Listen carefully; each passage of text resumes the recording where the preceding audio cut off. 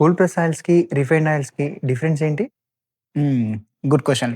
అసలు ఈ refined oils కథేందనేది నేను ఇయాల చెప్తాను. మీరు 100 కేజీల పల్లీలని ఈ రిఫైనింగ్ ప్రాసెస్‌కి పంపిస్తే మీకు ఆల్‌మోస్ట్ 95 కేజీల ఆయిల్ అనేది ఎక్స్‌ట్రాక్ట్ అవుద్ది. ఇంత హై క్వాంటిటీస్‌లో ఎలా ఎక్స్‌ట్రాక్ట్ అవుద్దంటే దీంట్లో హెక్సేన్ అనే ఒక కెమికల్‌ని యూజ్ చేస్తారు. మరి ఈ హెక్సేన్ ఏంటిది? ఇది ఎక్కడికెళ్ళి వచ్చిందంటారా? ఇది ఒక పెట్రోలియం బై ప్రొడక్ట్ అనమాట.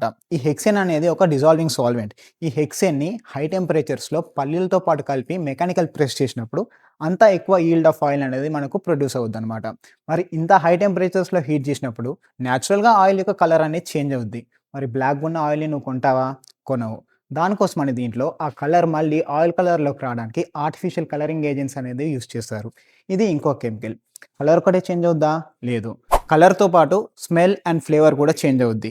దాన్ని మళ్ళీ న్యూట్రలైజ్ చేయడానికి డియోడ్రెంట్స్‌ని యూజ్ చేస్తారు. ఇది ఇంకొక కెమికల్.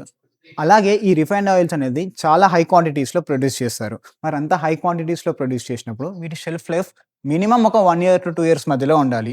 మరి ఈ షెల్ఫ్ లైఫ్ ఎట్లా పెంచుతారు? ఇంకొక కెమికల్ యూజ్ చేస్తారు.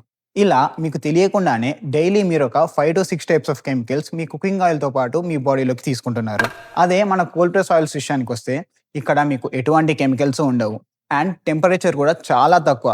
బిలో 50 డిగ్రీ సెల్సియస్ ఉండేలా చూసుకొని మాత్రమే ఆయిల్‌ని ఎక్స్‌ట్రాక్షన్ చేస్తాము. ఈ ప్రాసెస్‌లో ఆయిల్‌ని మనం ఎక్స్‌ట్రాక్షన్ చేయడం వల్ల దీంట్లో ఎటువంటి న్యూట్రియంట్స్ లాస్ ఉండదు.